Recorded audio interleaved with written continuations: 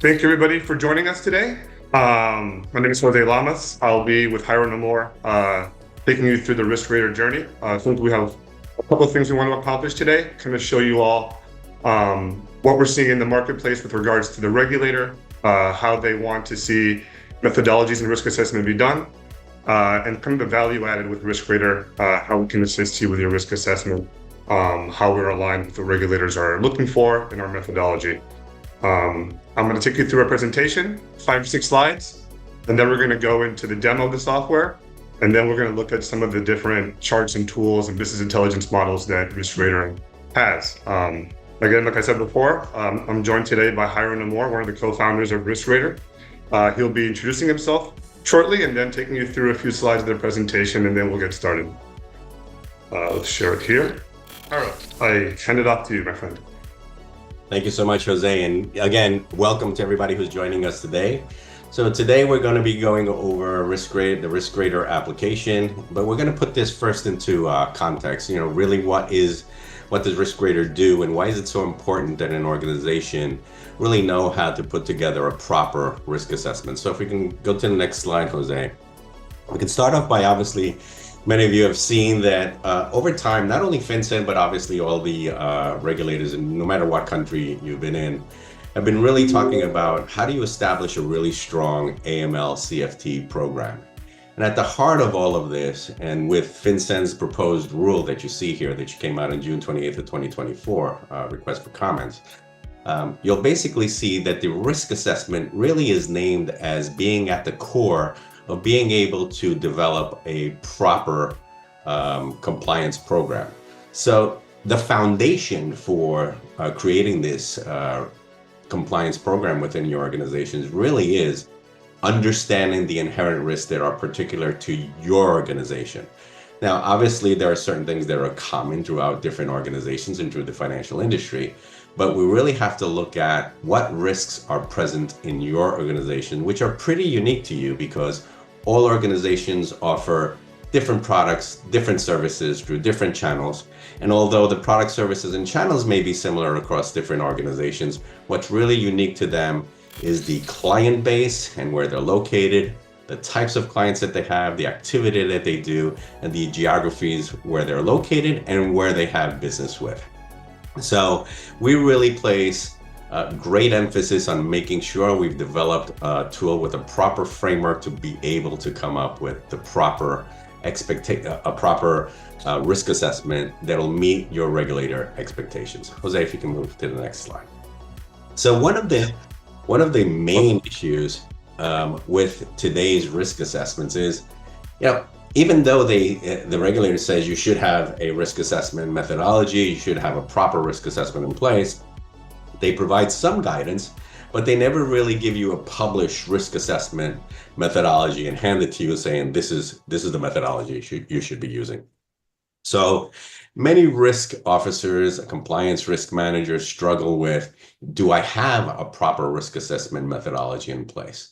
And the good thing is, with Risk Rater, we've actually incorporated a risk assessment methodology that's been in place and developed over 25 years of one of our partners' consulting business, where the company has actively developed risk assessments, done risk assessments, met with regulators, and the methodology behind Risk Rater is a proven methodology that's been in place for a long time and has passed regulatory muster. And we always make sure we keep it up to date in terms of the new requirements as laws change, right? So national priorities being changed, cryptocurrency coming, for example, into play in a lot of organizations. We are constantly updating the Risk Rater tool to make sure there is a proper methodology. But the issue inside organizations is it's costly. It takes a lot of time to do a risk assessment.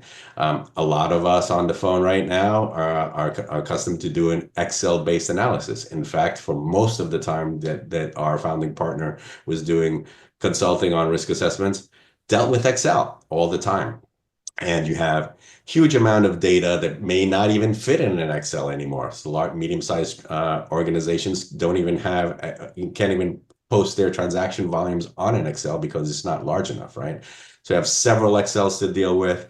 You have a team of analysts trying to put all of this information together, trying to do the analysis of the data, just to be able to do the proper risk assessment. And because it's such a manual process, it's complex and it's prone to a lot of errors. There's a lot of data coming from different sources. There's different formulas in different spreadsheets. The connectivity of those formulas is a challenge. And then version control is an issue. And then I think one of the real key problems is today's risk assessment process, the way the market pretty much does it is, it's a one-time event that's done at the end of a risk assessment period, and it's backward looking. There's really not much you can do. You basically take all of your prior year's data, for the most part, whether you do it internally or give it to a consultant, and then you kind of identify areas where you were strong and areas where you were very weak. But you can't do anything about it. It's a reactive and a backward-looking process where you're just saying, okay, this is where I kind of need improvement. And you've already written that in a risk assessment report because it already happened, so you don't have time to really correct those things.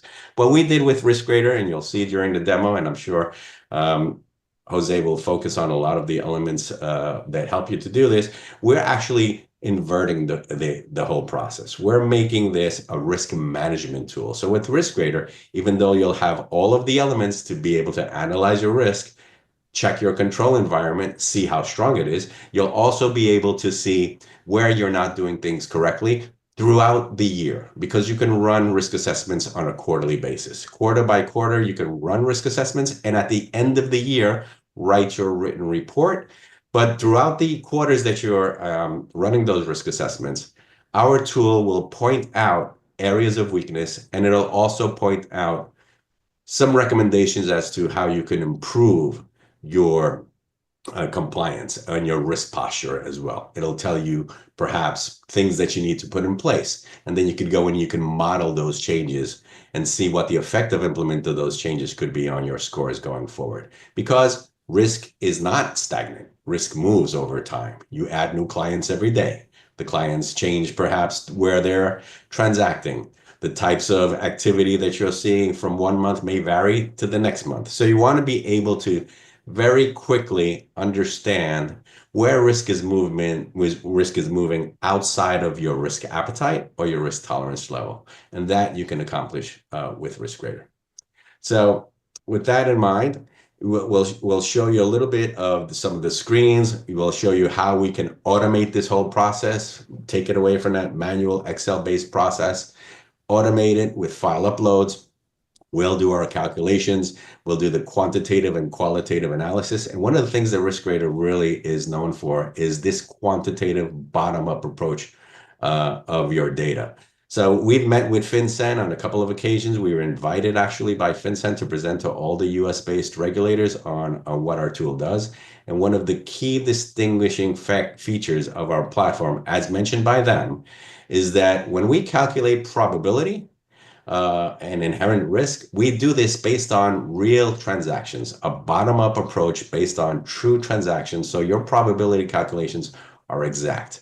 And this bottom-up approach of analyzing and taking into account both qualitative and quantitative factors in the view of FinCEN, and their comment to us was, this is the way a risk assessment should be done. So we've incorporated that process into RiskRater, allowing it to be an automated tool. And then again, the proactive nature of the tool, the dynamic nature of the tool allows you to drill down into areas of interest. It shows you some reporting. And we've also really focused on how you tell the story of the risk within your organization and how you show third parties that you know exactly what's going on with compliance-related risk within your organization. And we'll touch upon that throughout the demo as well. So now I'll pass it on to Jose, who will go into a little more detail and walk you through the demo, most of the demo. Jose, please.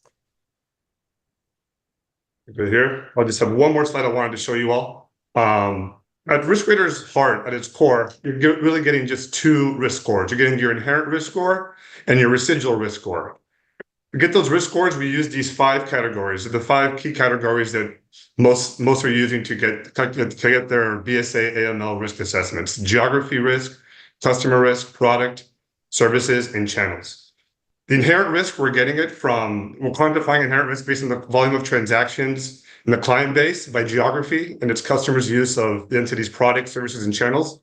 Then we're getting your impact. We're loading up all these risk events in the background and asking you to rate it on an impact value scale of 0 to 4. We multiply that by the probability of each risk event happening, and that's how you're getting your inherent risk score. Then your residual risk, we're taking into account your mitigating factors and controls and seeing what you're doing to mitigate that inherent risk, therefore giving you a residual risk score based on not only the mitigating factors, but the amount of strength you have behind each and every single one. So I'm going to pass along here over to the demo. I'm going to turn off my screen because I'm going to be looking away, so I don't want anybody to think I'm looking away from the. Yeah, 1 second. All right, so here you'll see the RiskRadar landing page. Do you see it, Harold? Yes. All right, great. So here you're able to you'll have all your previous risk assessments. We can do up to 4 a year, as Harold was saying. So we have 3 years worth of risk assessments typically loaded on this page. So in theory, you can have up to 12 different risk assessments here to choose from. With the assessment period, you'll be able to decide which one you kind of want to go back and review. So we'll just go into this first one here. This is the configuration page of RiskRadar. This is where you'll be loading all your data and loading up all the products, services, and channels that you have. I'm going to go column by column, starting with the left and working my way to the right. Just the assessment info, the basic information of the bank. We're using Clover Bank as a demo institution here. The financial institution country, local currency. As Harold was mentioning, we are going to be analyzing transactions from a particular assessment period. So as long as you tell us what the cutoff is, we'll be able to load up all those specific transactions and calculate the probability of risk for each and every one of those. So we ask that you just put the assessment period here. It could be 18 months, could be 12 months, 4 months, whatever you want to analyze and look over as your risk profile. Down here, you'll have the branches list. You can load up all your different branches. And as you'll see further along in the demo, you'll be able to see how exactly the risk profile is different from one branch to the other branch. You can do kind of an analysis of the different styles of risk for each and every branch. Over in the middle here, we have here the products, services, and channels. So we're going to be uploading here what products, services, and channels the institution has. I'll just go here into products. We have pretty much every product an institution could have. You would just click yes here if you have that product, and then you'll be asked a series of yes or no questions. Just scroll down here, click on the product that you have, yes or no questions. And what RiskRadar is doing behind the scenes is it's loading up the different risk events that pertain to that particular product. If you don't have a particular product, it's no big deal. You just unclick it and it will not ask you those yes or no questions. But what we're doing now is starting to build out that inherent risk score we were talking about. Same idea for services. You click here, click on the services box, yes or no questions. So. Same idea for channels. Up here, you're going to be weighting the risk categories. So we have those 5 categories: customer base, products, service, channels, and geography. These are the percentages we have as default, as we see as to be best practices in the industry, but we allow you to edit that and change the weightings as you see fit. Nobody knows your organization better than you do. So we just ask you to change up those risk category percentages and write a little memo as to why you wanted to do that. Save it and continue. The data collectors are 3 files we're going to be sending you. Now, you might have noticed before, we haven't loaded the customer base or geography into the categories. That's because we're getting that information from these 3 files, specifically the products and services files. We're going to be sending you Excel spreadsheets with queries with mandatory or optional fields. And that's where we're going to get all of the transactions of the bank, customer ratings, what client used what product and how they used it. And that's how we're loading up all the customer base and geography risk onto our profile, onto your profile. Down here, we have the risk event impact values. So I'm on the right column now at the bottom. Click here, and this has all the risk events for the 5 categories that pertain to that, to what you wrote, to what you answered in the yes or no's for each of those categories. Risk event here, impact, the little I here will let you impact it, rate it from 0 to 4, 0 meaning no impact, 4 meaning high impact. If you need to change it, if you don't see that that is applicable to your organization, just please write a little memo as to why. But this is the last piece of that inherent risk score we're talking about. We're going to take the probability of each of these risk events happening and multiplying it by the impact score that you give in that particular risk event. We also have, we're sticking with AML BSA for this purposes of this demo, but we also have the OFAC sanctions list as well, if you want to run that risk assessment. So now we have the inherent risk score. Now we have to calculate the residual risk score. And we do that by looking at what mitigating factors, what controls you have in place in order to mitigate the risk events that you've rated previously. Coming here to mitigating factors, I'll open up products here. You'll see a series of yes or no questions to give us an idea of your residual risk score. We also incorporate the national priorities, Clinton's national priorities here, as you can see, into both our products and services categories. Same idea for services, geography, customer, and channels. Just mitigating factors to give us an idea of how you're mitigating that risk. I'm not going to go into the risk matrix. Now you're done with the configuration, with the setup process, and now we're going to see what the results show of what you've entered.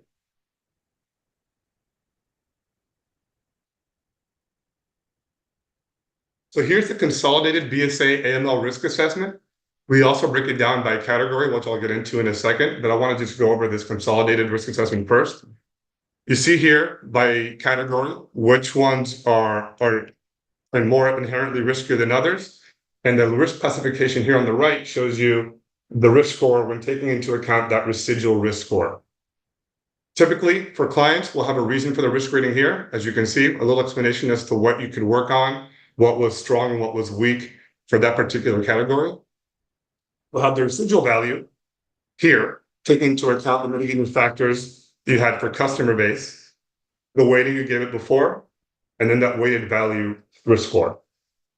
Add those up, you get a residual risk score of 6 and an inherent risk score of 8.32.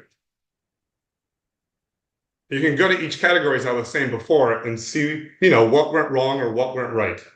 As you can see here, customer base, you have a moderate risk classification. But in geography, for example, you have an inherent risk of 9.25 and still a risk classification of high as your residual risk. So let's go into geography. And these are the 4 risk events that pertain to geography risk. As you can see here, the first one, the financial institution or any branch is located at a high-risk area, such as high-intensity drug trafficking area or high-intensity financial crime area and or high-risk international geographic location. Probability of that happening is extremely high, and you rated it as very impactful, giving it a 12 inherent risk score. Of the 13 mitigating factors that are applicable to that risk event, 9 are in place, which seems pretty good, right? But the 4 that are not in place seemingly are the most important ones that are not available, that you do not have implemented in your organization, giving you an effectiveness of control of just 1 and a residual risk score of 12.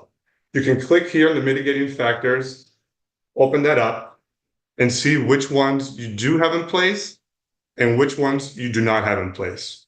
Now you know for the next time, and I'll show you how you implement those moving forward, you'll be able to model the impact it will have on your risk score and how you can improve your risk score moving forward. I wanted to show you another example. We'll go here to customer risk. This risk event, the third one, a significant number of accounts owned by foreign legal entities. Well, it's very probable, highly impactful, a really high inherent risk score. You have 14 of the 17 mitigating factors in place, but we're giving an effectiveness of control of 2. We feel that that's an adequate amount of controls you have in place. Here are the 14 that you do. the 3 that you don't.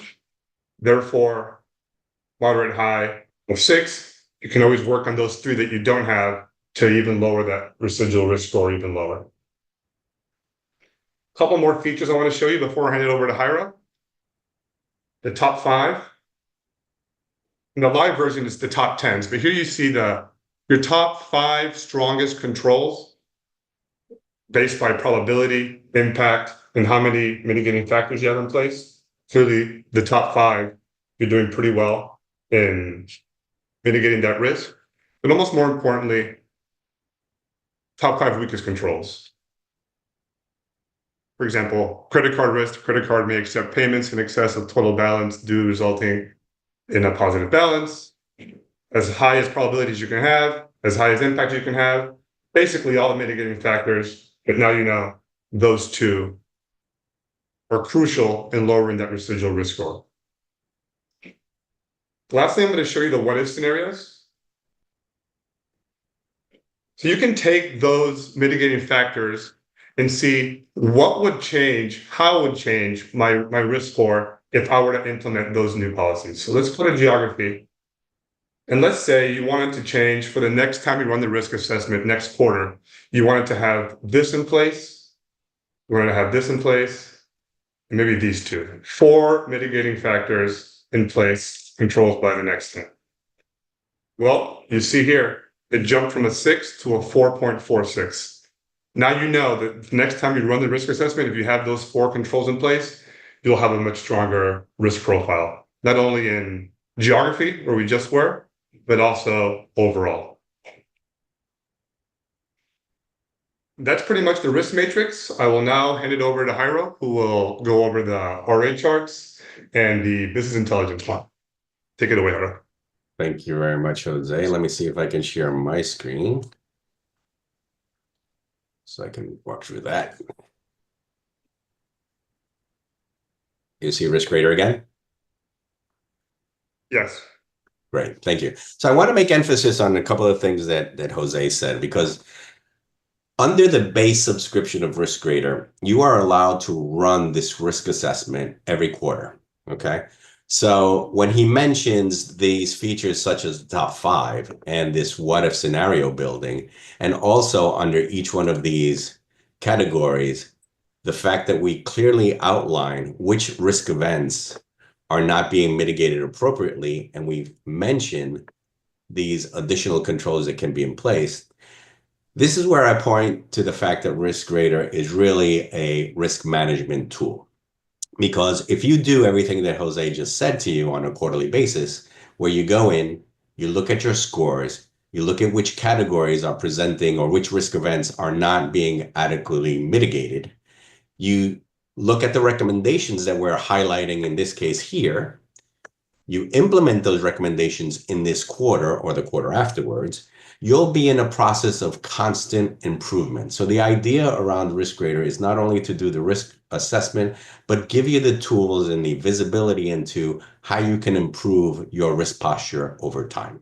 That's one of the key things I wanted to mention. So to me, it's really about looking at your results on a quarterly basis, looking at the recommendations or the controls that aren't being used, going into this top 5 weakest controls. I tell all the clients, if you're going to start anywhere, go into the top 5 weaknesses, because as you go into these, and you'll notice that these weak controls look across all of the categories. So it looks at customer controls, product controls, services, channels, geographic controls, etc. And it pulls out the 5 weakest in this risk assessment this quarter. Okay.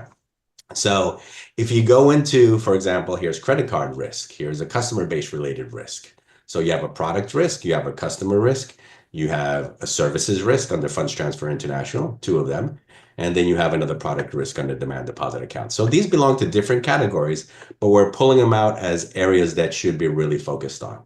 So if you go in, you do the what if scenario, you implement the recommended controls that are underneath each of these mitigating factor categories, the next time you run the risk assessment, hopefully your scores will be improving. And not only that, you'll be able to show that progress to your regulator. So one thing I wanted to mention here is every time you run that risk assessment, we will save that risk assessment on your homepage, okay?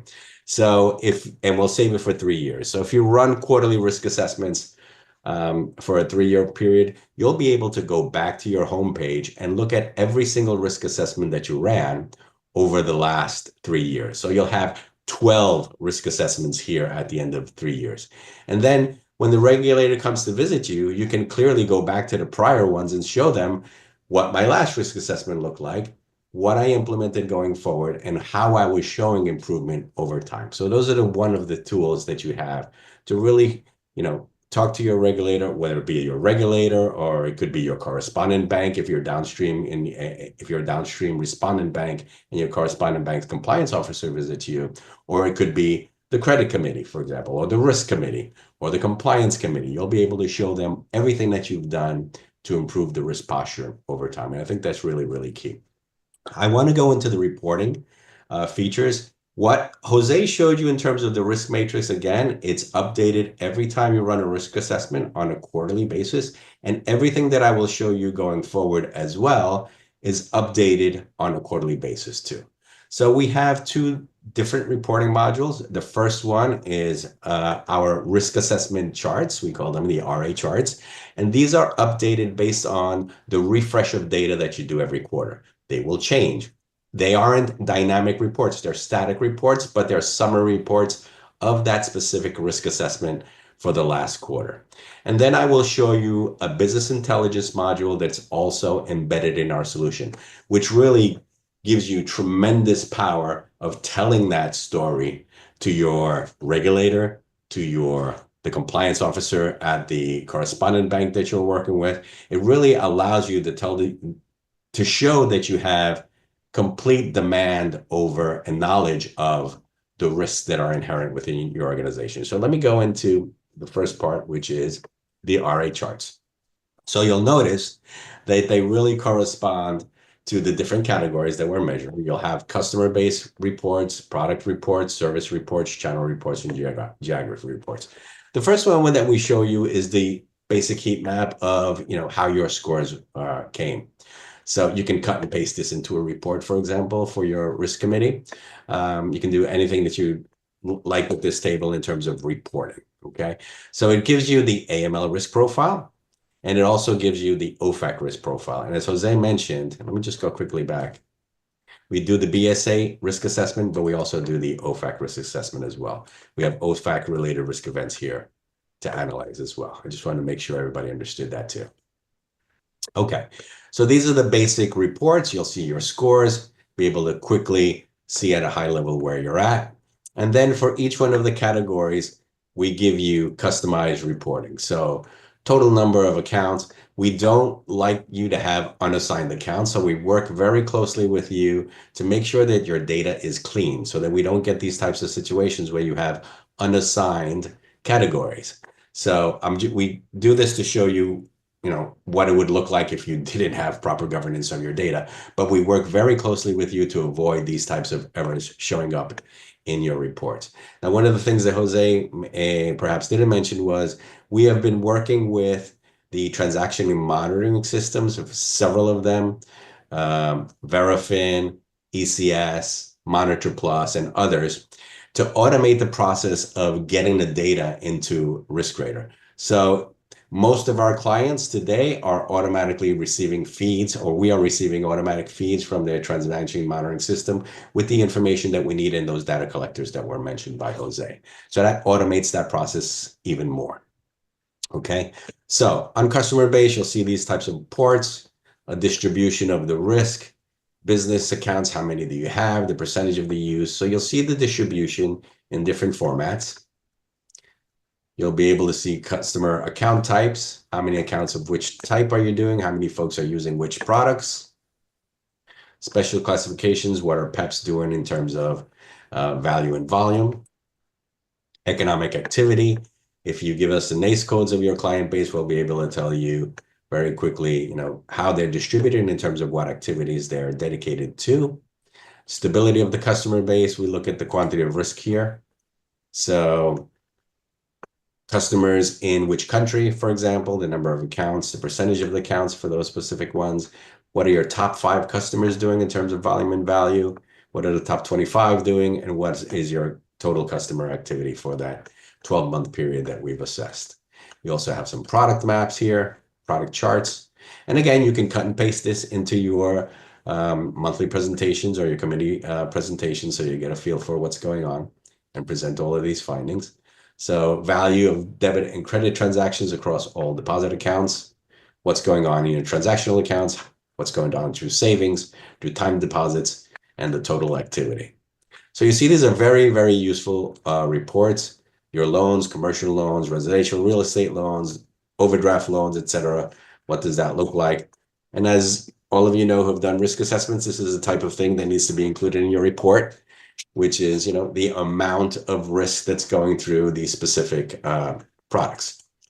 Services as well, service type with your heat map, service and channel distribution, number of transactions that are going through those services, what's going on with cash, what's going on with funds transfer, both on where are they coming from, where are they going to, so you can see volume and value as well here. Your ACH, correspondent accounts if you had them as well. What are the top accounts doing? On the channel side, you'll be able to see similar inherent risk and residual risk scores, what each channel is doing, the percent of traffic going through each one of those different channels.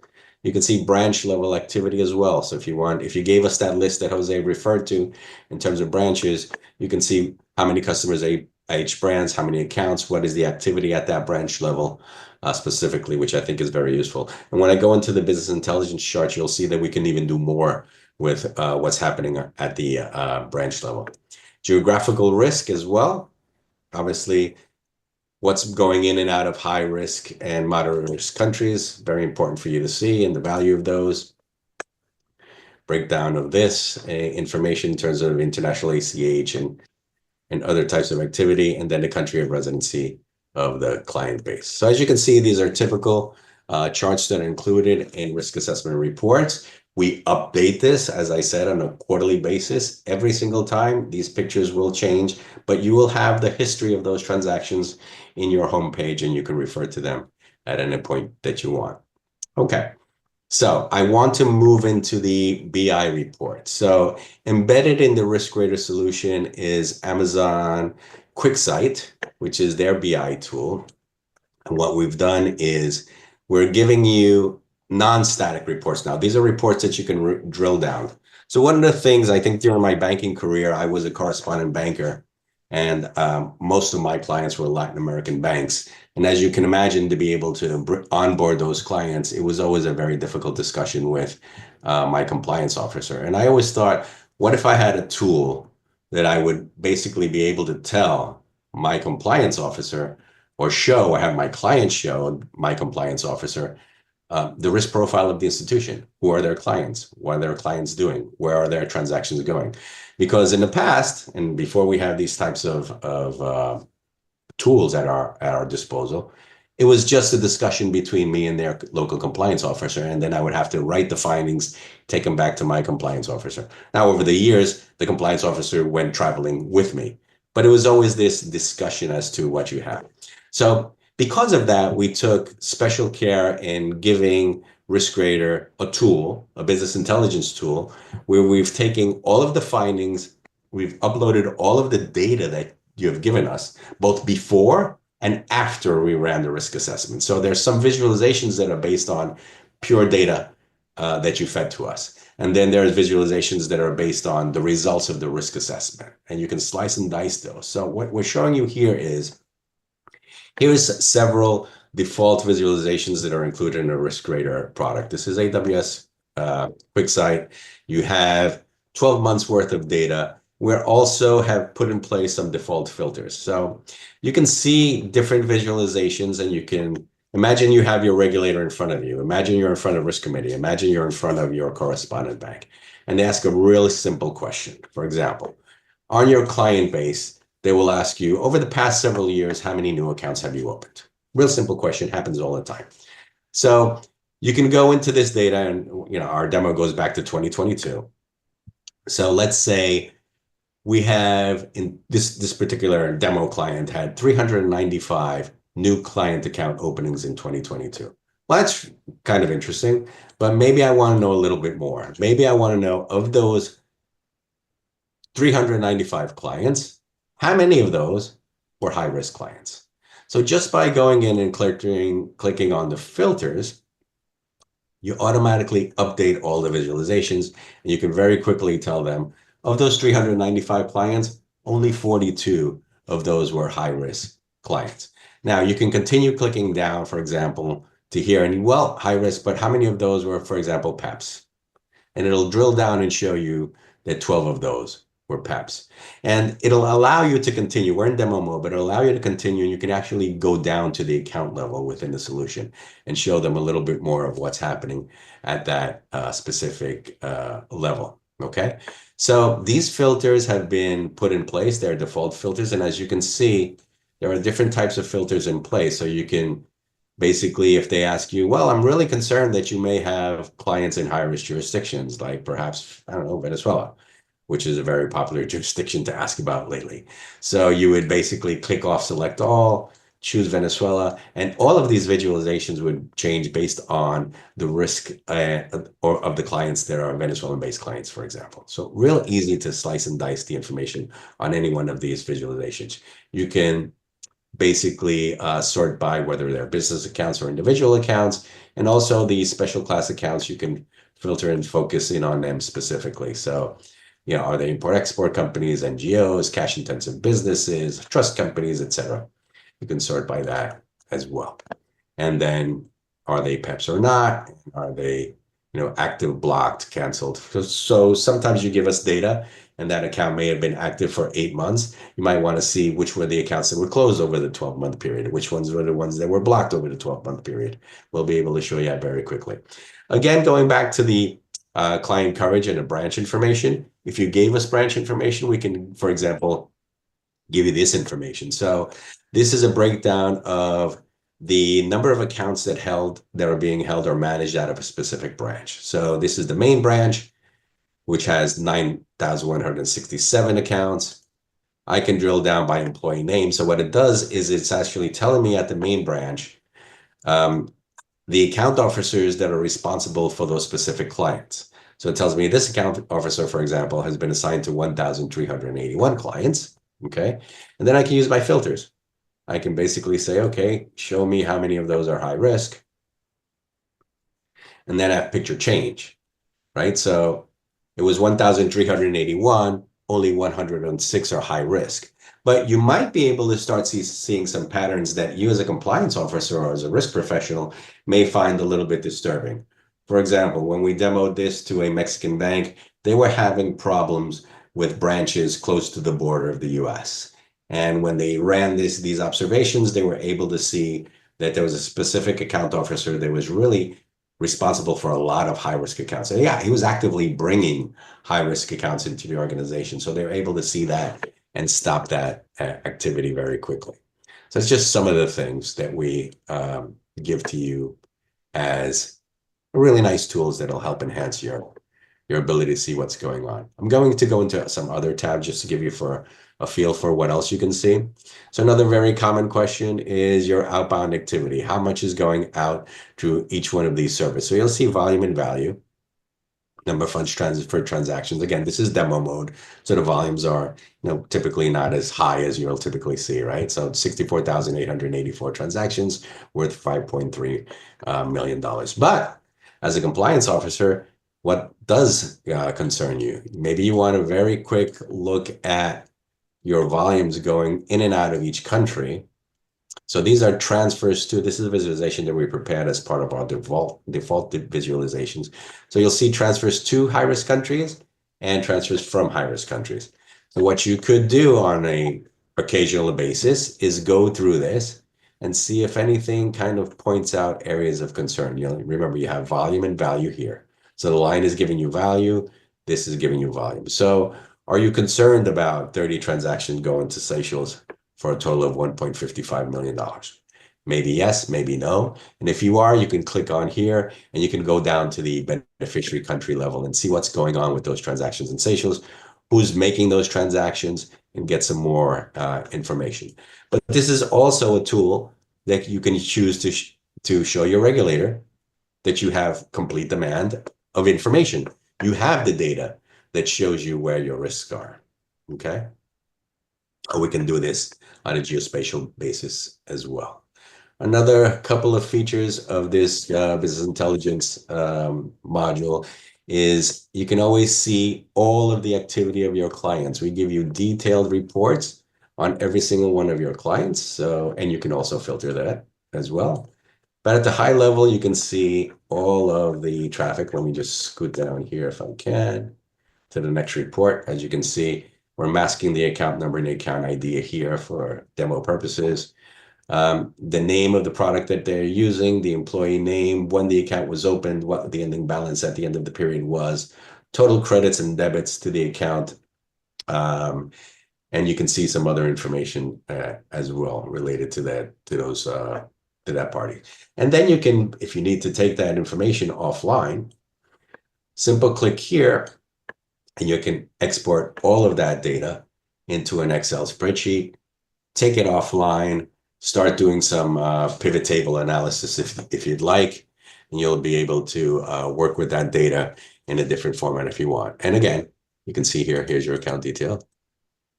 Hopefully it'll open. I think it'll open up on my next screen, but we'll be able to show you where it kind of opens up. So here you are.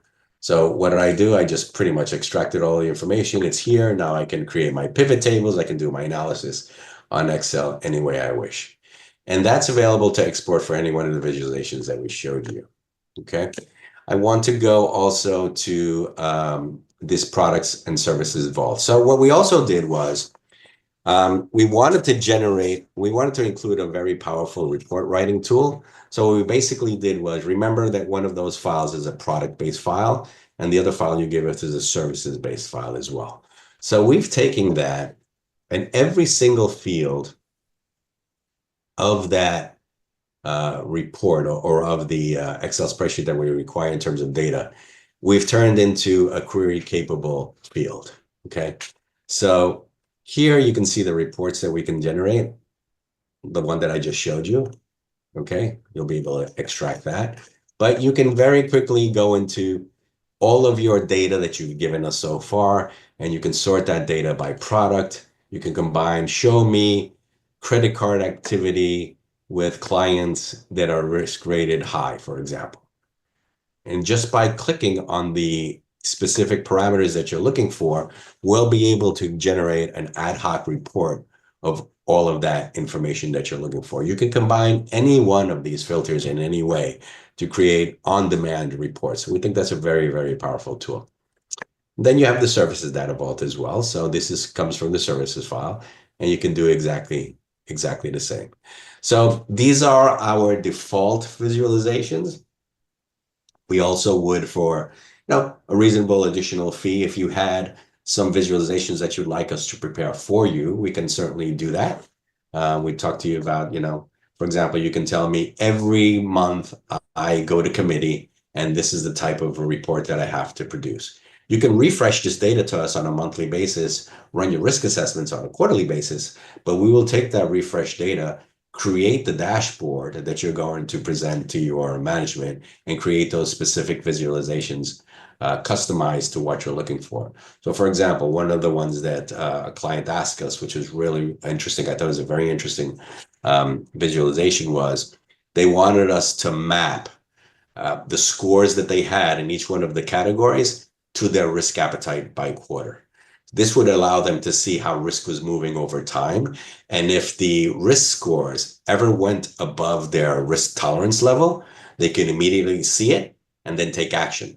So their idea was, if they saw it get close to the risk tolerance level or exceed it, they would go back into the risk assessment tool here at RiskRater, look at those risk events related to that specific category that was going out of sync, and then take those proactive measures to correct and implement new controls in place. Okay, so I guess that's my piece of the demo. If you have any questions, please put them on the chat as well. And I'm going to hand it back to Jose, who's going to take us through the final slides and and finalize the demo. Thank you, Jose. Thank you, Jairo. Let me stop my sharing here. Just wanted to point out one more thing too on the demo. I guess just to reiterate, it also comes in Spanish. You can change the language of English to Spanish. So I know there's a lot of Spanish speakers on here that were probably wondering that. So it is in Spanish as well. And I will now hand it over to my. I think, Jose, maybe we should share. Let me just share the Spanish while you're doing that. Let me just share the. Okay. Yes. Okay, so they're seeing my screen. Very quickly, you can toggle. This is fully in English. Let's go to the risk matrix so you can see everything in Spanish here. Okay, you can quickly see everything has been put in Spanish. The client base, the risk events, all of the titles have been translated to Spanish. So this will make it very easy if you're in a Spanish-speaking country to go through this. So Jose, do you want to explain, I guess, the subscription differences as well while you're here? Yes, absolutely. Okay. So we have two different packages of RiskRadar. We call it RiskRadar Plus, RiskRadar Premium. RiskRadar Plus will be the subscription implementation cost. Along with that come the validation of those controls of the mitigating factors. We serve as a third party and we'll validate those to see that they're aligned with our methodology and they're aligned with the risk score that you received. RiskRadar Premium will be all that plus the final report, the written report. We've talked to clients that like to do it themselves. We've talked to clients that pretty much saying, I don't like this. I want someone else to do it for me. So that's where we come in. We have, as Jairo mentioned before, people, consultants on staff, 25, 30 years of experience doing risk assessments. So it's no sweat off our back to take that responsibility from you. We have a pricing guarantee of 3 years. So when you would see a proposal, it's not a 3-year contract or anything, it's year by year. We will have that year 1 price, and then the year 2 and 3 price will be just a subscription. If you want us to validate the controls again, if you want us to write the final report again, if you had chosen RiskRadar Premium previously, we can do that at cost. We'll talk separately when the time comes to give you a price for that. But the subscription will be part of the package for all 3 years. Next steps, usually, if you're interested in learning more about RiskRadar, we have a RiskRadar client profile. We will send that to you, kind of get an idea of the size of the institution, the scope of work we'd have to do, what products, channels, and services you all have, how many transactions a month are inflows and outflows of the institution. And we'll be able to provide you with a quote, general quote, then maybe, obviously after a discussion and after going through the proposal, we can go to next steps in a more formal proposal. Any questions in the Q&A? Jose, we had a couple, if I may. Sure. From one of the individuals, I just completed my risk assessment. They're asking, do I need to wait until next year's assessment to get the RiskRadar platform? Thank you, Robert. No, you do not. So a lot of you look at RiskRadar, you think, okay, I don't need to get RiskRadar now because I just did my risk assessment 3 months ago.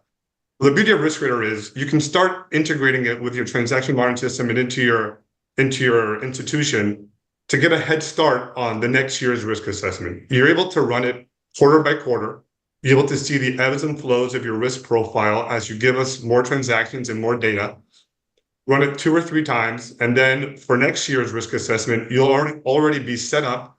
You'll have all the integration in place, and you'll be able to run the risk assessment one final time for that year and have us validate those controls, write the final report if you want us to, and then finally be able to turn in your risk assessment. But it's not something that you need to only use when it's time for the risk assessment, when it's time for that 1 year look back at your risk profile. It's a dynamic tool. You can use it as needed throughout the entire year. Yeah, let me just add to that, Jose. I've actually told clients it's probably, they'd say, I just did my risk assessment. I'm going to wait till the end, the next year's risk assessment. Well, it defeats the purpose of the tool, right? So the purpose of the tool really is to put you in a much better position to have a better outcome of your next year's risk assessment.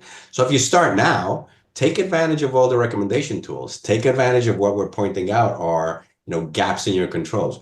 Yes, you've had a prior report, but as I said, your risk is moving over time. You have new clients throughout the years. Maybe you introduced a new product. That happens occasionally. You want to be able to measure the risk of that new product also a quarter after it's actually have been put in place. So it really is to your advantage to use the RiskRadar platform throughout the year. And the earlier you do it before you actually have that printed risk assessment report, the better, because you're going to be able to improve over time so that when you finally write that report, the findings on that report are much stronger and you're in a much better position in the face of the regulators. We had another question come in. On average, how long does it take to get set up to be using the tool? A lot of it has to do with the quality of data that you give us. We're sending us 3 data collectors. We integrate with your transaction monitoring system. We have partnerships in place with several of the big ones, including Verafin, Ocean Systems, Monitor Plus are some of the ones we've worked with in the past. We've seen it done as little as 2 weeks. We've seen it done in as long as 6 to 8 weeks. It depends really on how aligned we are with the integration piece, meaning your transaction monitoring system, how easily we're able to pull the data from that transaction monitoring system or your core if it's not on your transaction monitoring system, and then go from there. Jairo, do you have anything to add on that process?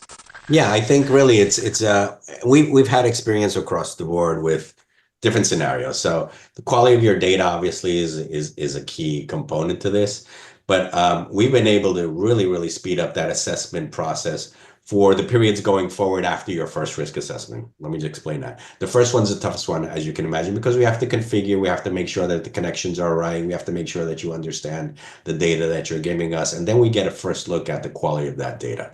That first one may take a little longer than usual, but going forward, now that you know the extracts that you need, the type of data that we need, it really becomes an exercise in just getting the data and running it through our tool. And once you give us the data and you've configured, it's an overnight run, and you'll immediately the next day have all your risk assessment results every time you run. Great. Well, thank you all for joining. We'll be sending you this recording in very short time. We're just going to kind of get everybody's emails and send it out by the end of the week. If you have any further questions, please email me, Jairo, the rest of the team. We'll be more than happy to answer them. We'd love to hear back from you, any feedback. And obviously, if you want to see some pricing options, some of the different flexibility we have in that, or optionality we have in that regard, please reach out to me. I'll be happy to send you that RiskRadar profile, and we'll get started on that front. Yeah, and if you have any inquiries as well, you want to book a demo, you just can join us, go into our website, riskradar.com. There'll be a form there if you want to fill it out for a demo as well, or a unique demo to your organization with your staff. Thank you. Bye-bye. Thank you so much.